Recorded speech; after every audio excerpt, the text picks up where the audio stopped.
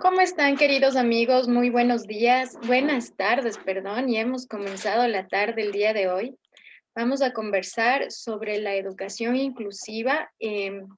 Estamos aquí ya listos para comenzar nuestro webinario y quisiera que me cuenten si pueden observar esta información que ya les estamos compartiendo desde nuestra página en Formación Continua Poliestudios.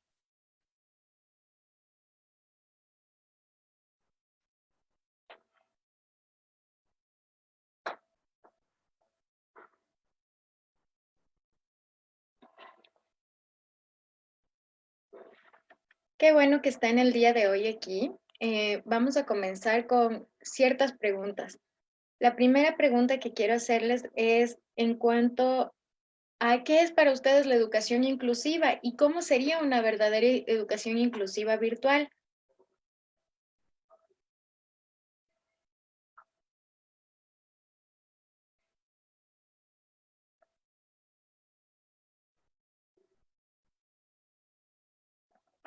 Compañeros, por favor, ¿me logran escuchar?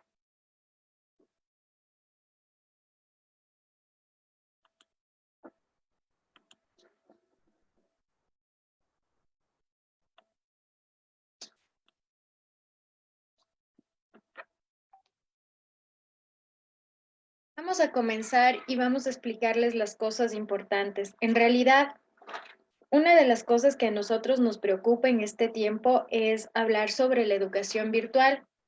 Y vemos que hay ciertas cosas que la gente aún no ha logrado entender. Y la primera cosa que la gente no ha logrado entender es la siguiente.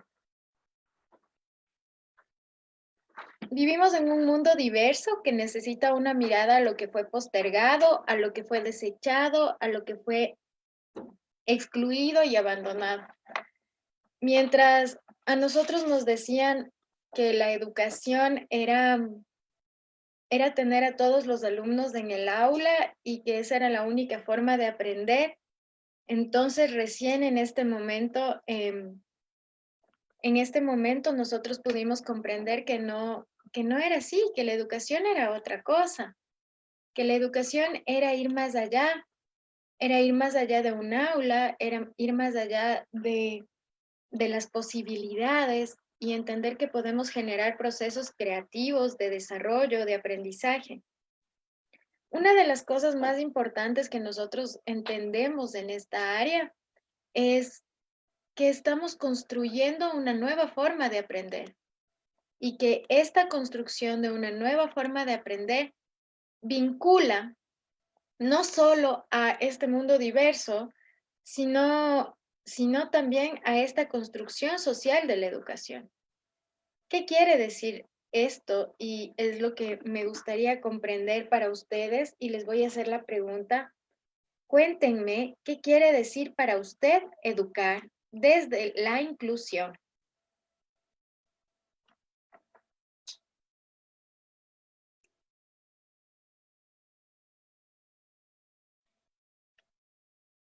La Katy Romero me dice, es aquella que nos permite aplicar estrategias que benefician a los estudiantes con diferentes capacidades.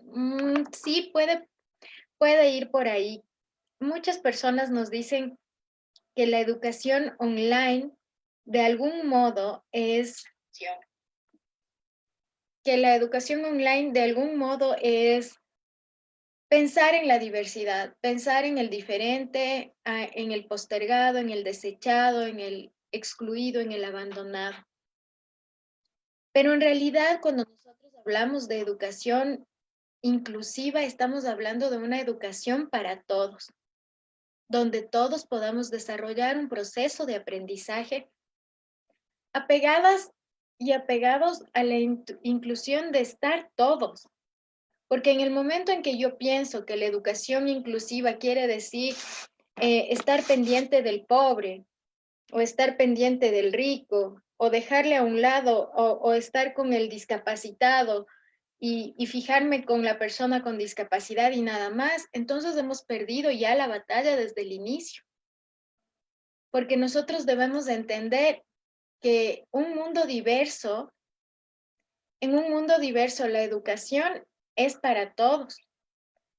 La educación inclusiva puede definirse como eso, como una inclusión para todos, donde tú y yo somos importantes. No importa el color del cielo, quien hace el día bonito eres tú. Esta es la definición más clara de lo que debemos comprender sobre la educación inclusiva.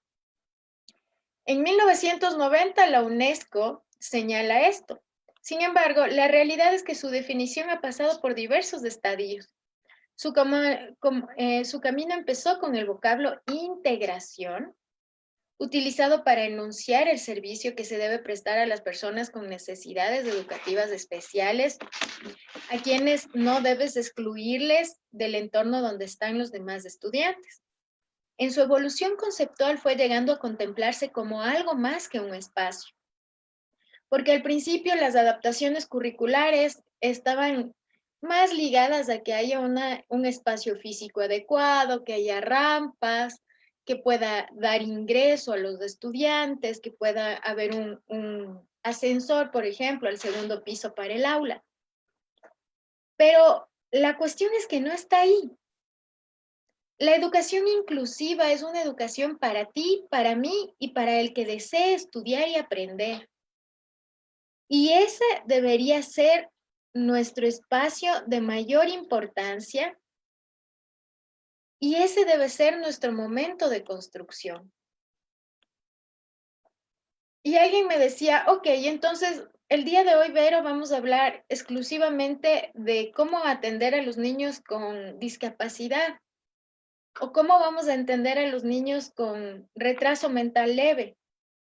No, compañeros, hoy vamos a hablar de la generalidad, de lo que en realidad implica incluir la educación virtual para todos y todas. Y lo primero que les he puesto es una imagen a la que quiero que cada uno de ustedes vea, y es un barquito, un bote, se podría decir, que está lejos, lejos, lejos, lejos de todo. Parece que es en el Amazonas, pienso yo que es en el Amazonas donde hay estos atardeceres hermosos. Quiero que me digan ustedes cómo van a llegar virtualmente a este niño o a esta niña o a este adolescente. ¿Cómo van a llegar ahí? ¿Cómo va a ser su proceso de acompañamiento virtual para una persona que vive en un bote, lejos de toda conexión? ¿Cómo sería?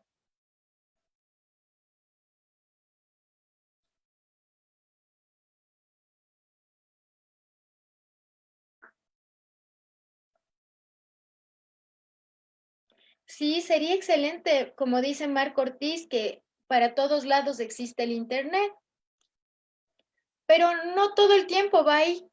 ¿Cómo podría ser una educación virtual para una persona que no tiene los recursos económicos para conectarse al Internet? Debemos primero entender, compañeros, que nosotros debemos ser asertivos ante las necesidades de todos los demás. Y debemos recordar, queridos compañeros, que el 60% de la población en el Ecuador es pobre. Y este debe ser nuestro entendimiento mayor. Esta debe ser nuestra idea mayor. Y va encaminada a entender la diversidad de género, de raza, de jóvenes que viven en pobreza, desplazados, migrantes, víctimas de violencia, minorías étnicas, poblaciones ubicadas en regiones lejanas, poblaciones vulnerables, a las que no se les ha brindado las oportunidades y el acceso a la educación, a los sistemas tradicionales de formación. Cuando el sistema logra llegar hasta ellos, entonces hemos triunfado. Compañeros, podríamos estudiar con WhatsApp, podríamos estudiar desde un celular móvil, podríamos estudiar desde la radio o desde la prensa. Tenemos que buscar las alternativas. Lo importante es que usted no excluya a ninguno de sus estudiantes. lo importante es que usted entienda que no todos tienen los medios tecnológicos para estudiar y a veces el Internet nos juega unas tremendas malas pasadas. Que mi proceso educativo debe ser tan claro, compañeros, que si hoy no hubo videoconferencia, usted entienda lo que debe hacer.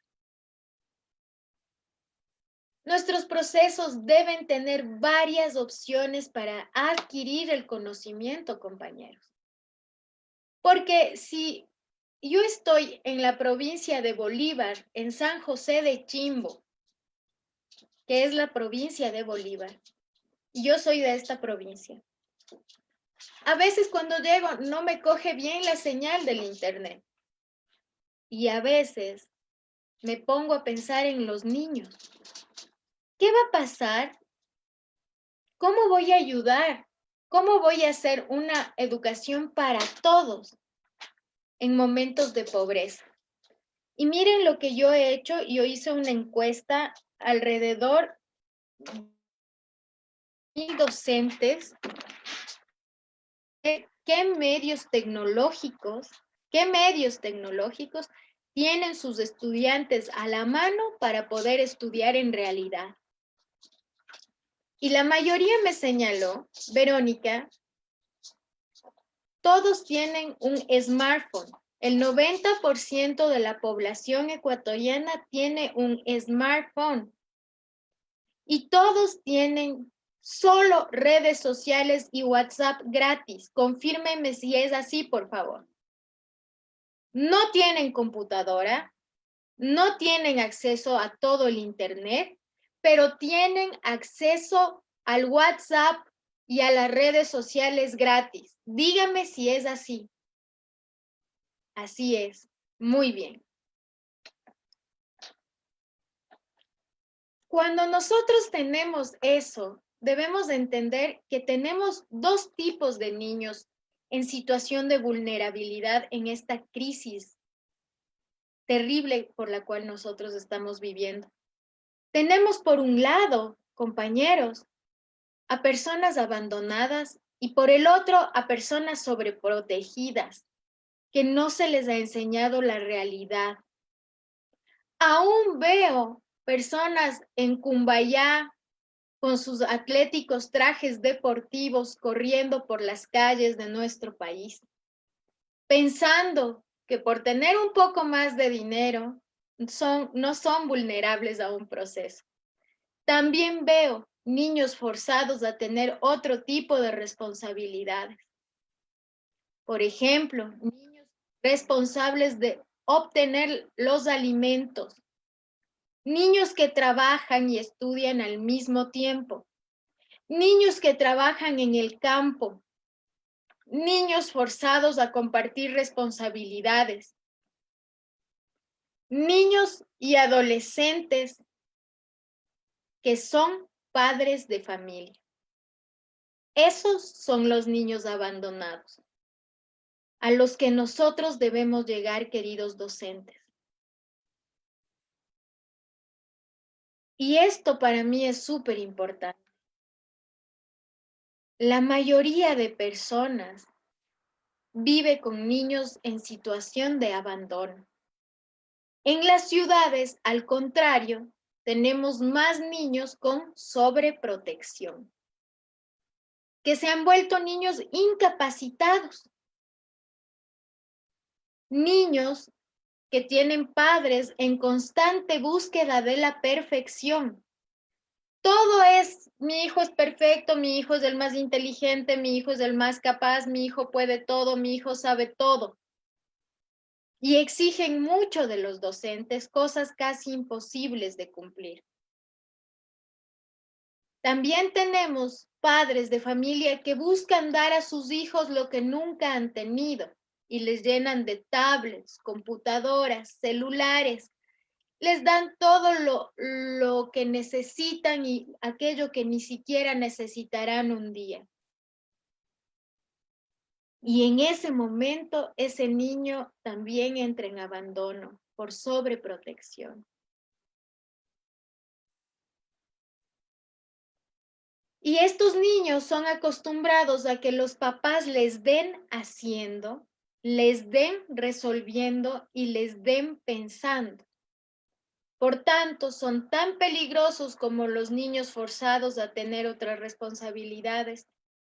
Y nosotros debemos entender que estamos trabajando desde la virtualidad con estos dos tipos de niños, los niños en abandono y los niños en sobreprotección.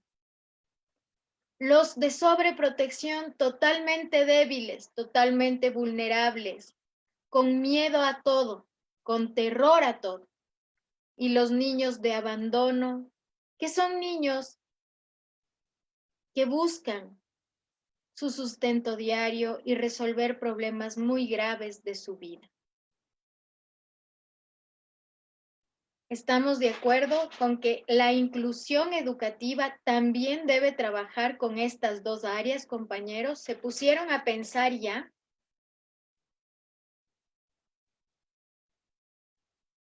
¿Sí? Compañeros en Zoom, ¿cómo les va? Quiero que me digan si es cierto que estamos viviendo estos dos tipos de niños en la actualidad. Los niños sobreprotegidos y los niños abandonados. Y desde la virtualidad, este es un problema aún mayor. ¿Por qué me dirán? ¿Por qué, Verónica, tienes que abordar este tema en la virtualidad? Primero, chicos, porque los niños sobreprotegidos y los niños abandonados son los niños que van a caer rápidamente en redes de pedofilia. Van a caer rápidamente en redes de manejo de niños. Van a ser niños que van a investigar o van a buscar cosas prohibidas por necesidad o por necesidad de seguridad, cariño o atención. Es una sociedad malévola, es una sociedad enferma. Y nosotros debemos dar reglas claras en la virtualidad para proteger a estos dos tipos de niños con los que trabajamos día a día. Claro, los dos tienen algo muy importante que tomarse en cuenta. Ninguno de los dos tiene padres en realidad, porque el que sobreprotege hace mucho daño y el que abandona también.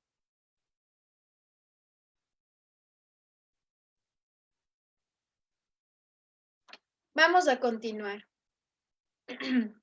Cuando hablamos ya de necesidades educativas especiales, debemos entender que normalmente ya en un aula vamos a tener niños con dificultades del aprendizaje, niños con trastornos, niños con vulnerabilidad. Y para ser más específicos, tenemos uno de cada 10 niños con trastorno de deficiencia de atención. Uno de cada 10 niños en el Ecuador presenta dislexia y el 5% de la clase ha sido abusado sexualmente. Y esto es lo que vamos a tener también en la virtualidad. Y ustedes deben acordarse que tanto en lo presencial como en lo virtual debe existir la adaptación curricular para ese niño. En el caso de ser un hogar conflictivo o de violencia, usted está obligado a hacer un seguimiento profundo del niño.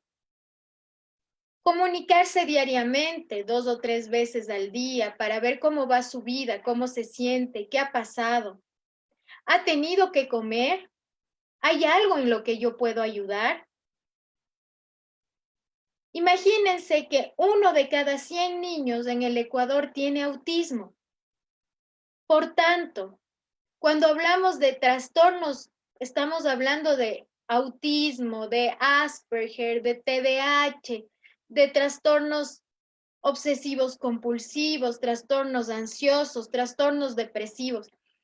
Y nosotros debemos entender que en el aula virtual también debe tener la adaptación curricular necesaria para abordar este universo que es mi aula de clases.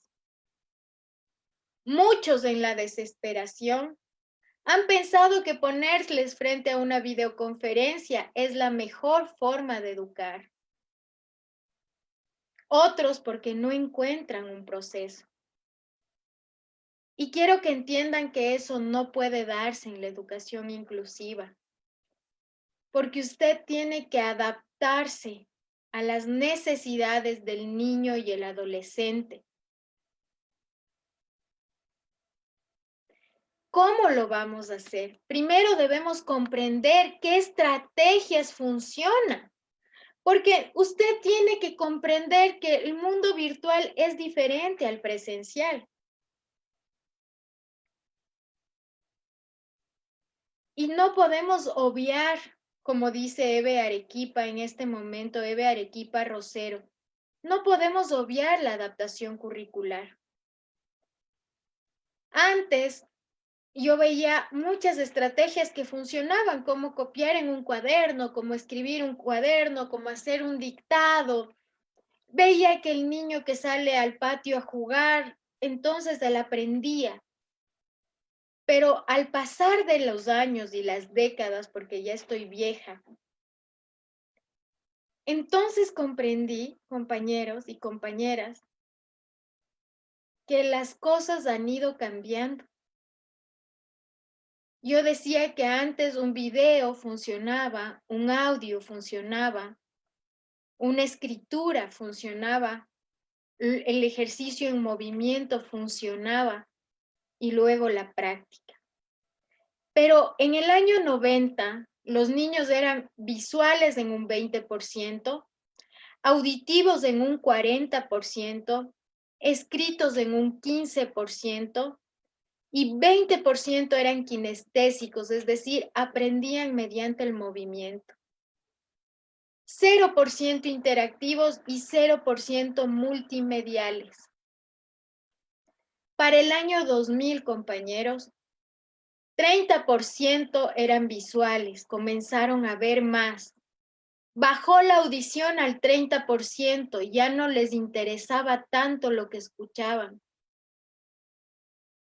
Bajó aún más la escritura, se redujeron las planas, se redujeron las copias. Bajó al 10%. Los kinestésicos bajaron al 10%. ¿Por qué? Porque se presentaron las alergias alimentarias, las alergias al ambiente de mayor forma por la contaminación. Y esto, compañeros, este 10% bajó de 20 a 10% del 90. Y crecieron dos procesos más con la llegada del Internet ya a Latinoamérica y nos convertimos en personas más interactivas, mucho más multimediales. Entonces, para el 2020, compañeros, tenemos un 10% de chicos visuales, un 10% de niños auditivos, un 5% de niños escritores, un 5% de niños kinestésicos, un 40% de niños interactivos que necesitan interactuar en la red para comprender. Y un 30% de niños multimediales, es decir, que no solo pueden aprender de manera visual o que no solo pueden aprender de manera auditiva. Y esa es nuestra realidad, compañeros, que ahora debo trabajar con niños interactivos y multimediales que además tendrán capacidades visuales y auditivas muy bajas. ¿Qué debemos hacer con ellos? ¿Cómo debemos actuar entonces? Nuestra aula deberá estar sustentada en eso, en la interacción, en el uso de videos multimedia, donde el niño pueda jugar, donde el niño pueda ver, observar, oír, casi percibir las emociones. El niño no puede quedarse observando solo una lámina porque se va a aburrir y no va a entender. Está lleno constantemente de estímulos, estímulos que deben ser cada vez más fuertes. Cuando nosotros hablamos de estudiantes interactivos y estudiantes multimediales, además estamos aplicando estrategias de diversidad para cumplir con metas de la educación presencial en la virtualidad. Porque sí, es verdad, compañeros, estamos dando un salto épico a nuestra realidad. Si nosotros tenemos ahora un 5% de estudiantes kinestésicos, deberemos pensar también en ellos y en su movimiento y cómo mejorar estas herramientas visuales y auditivas para permitir su interacción. En el 2020 dejó de funcionar completamente, compañeros, la memoria y nos convertimos en una sociedad de la información y pasamos a ser la sociedad del conocimiento. Estamos buscando aprendizajes significativos. Compañeros, no podemos pasar el tiempo enviando chorizos de información que no sirven para nada.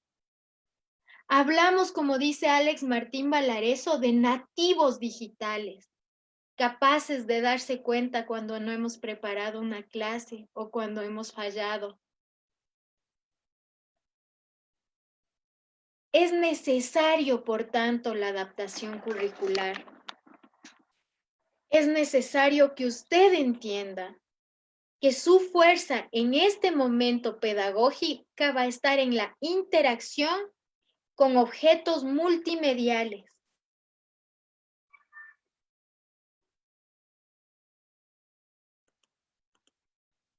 ¿Quién va a ser necesario en este proceso? Y yo he puesto una foto aquí maravillosa cuando me invitaron a brindar una capacitación en la Universidad de Bolívar.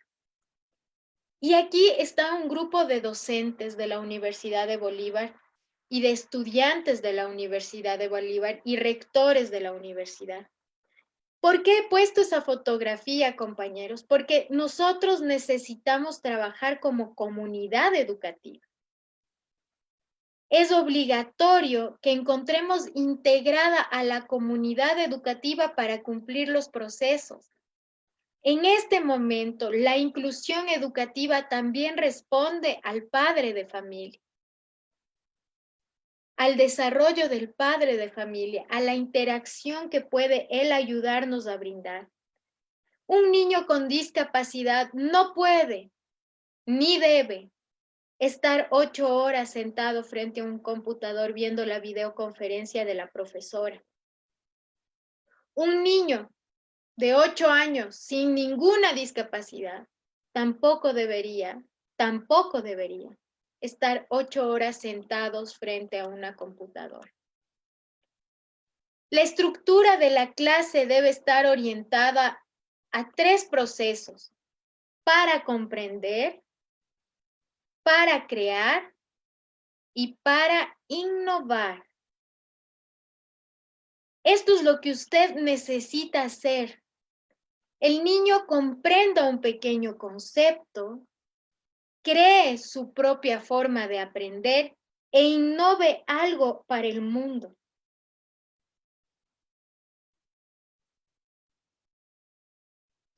Aquí las compañeras psicólogas nos van a tener que ayudar muchísimo. Debemos simplificar el conocimiento y debemos permitir al estudiante recrear un nuevo conocimiento para sí. Es momento de que el mundo cambie. Los recursos tecnológicos son innumerables, compañeros.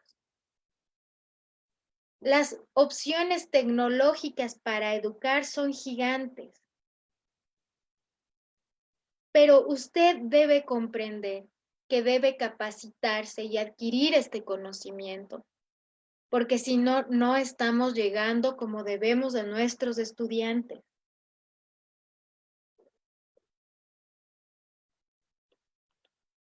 ¿Qué es lo que buscamos, chicos?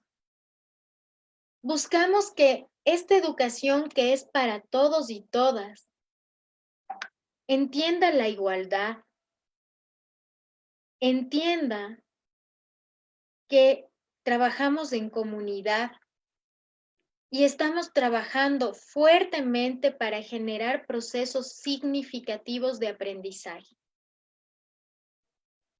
Esto, compañeros, es de vital importancia.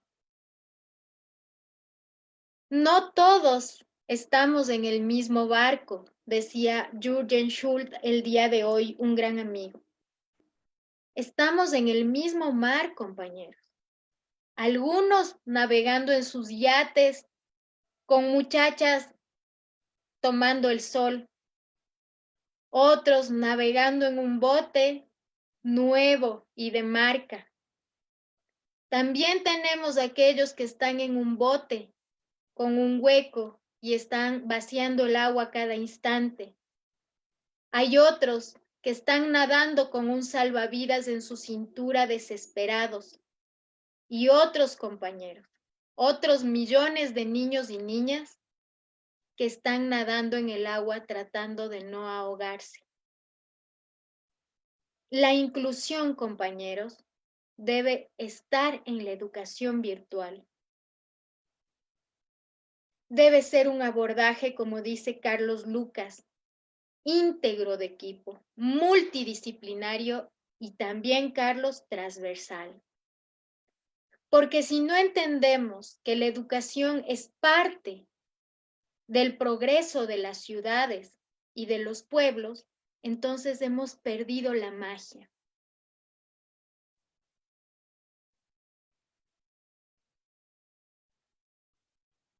¿Cómo ayudar? La primera cosa que yo le quiero pedir a ustedes es tenga cuidado de la pedofilia, tenga cuidado del abuso sexual mediante medios tecnológicos con los niños. Recuerde que los niños de 5 a 8 años pueden utilizar ciertas herramientas tecnológicas. No, los niños de 5 a 8 años no tienen Facebook, compañeros, ni Instagram, ni Twitter. Está prohibido que usted haga un grupo con los niños con Facebook, Twitter o Instagram, porque existe una fuerte corriente pornográfica y usted debe proteger la inocencia del niño. De 9 a 12 años, no, compañeros. No pueden utilizar ese tipo de redes sociales. De 13 a 17 años podrían comenzar con Facebook, con supervisión. Sería mucho mejor que la comunicación se dé mediante un aula virtual, se brinde mediante una capacitación al padre de familia, se cree un grupo del padre de familia con usted para evitar este tipo de procesos.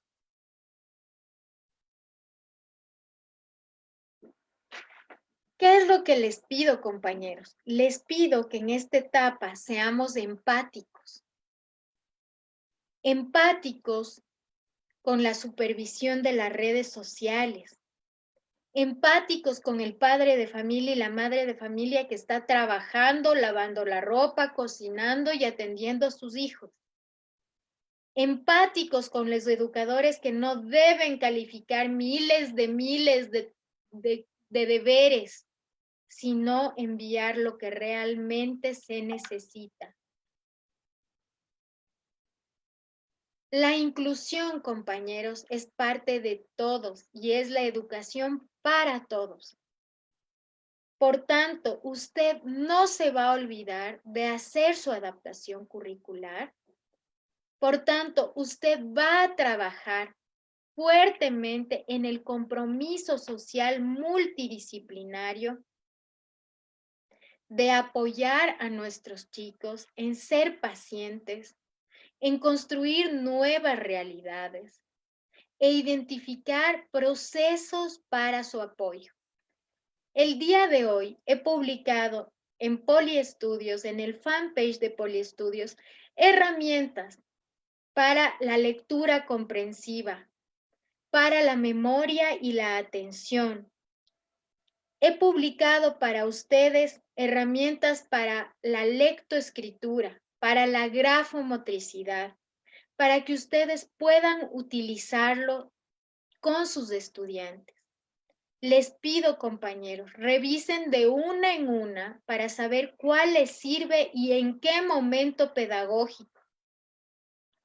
De esta forma, usted va a ir integrando los saberes y cumpliendo los procesos de una manera técnica, de una manera asertiva y una manera constructiva.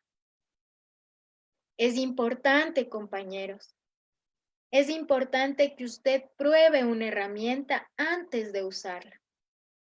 De esta forma, asegurará la calidad educativa que debe brindar a su estudiante. Compañeros, este es un momento drástico en nuestro país y necesitamos docentes preparados.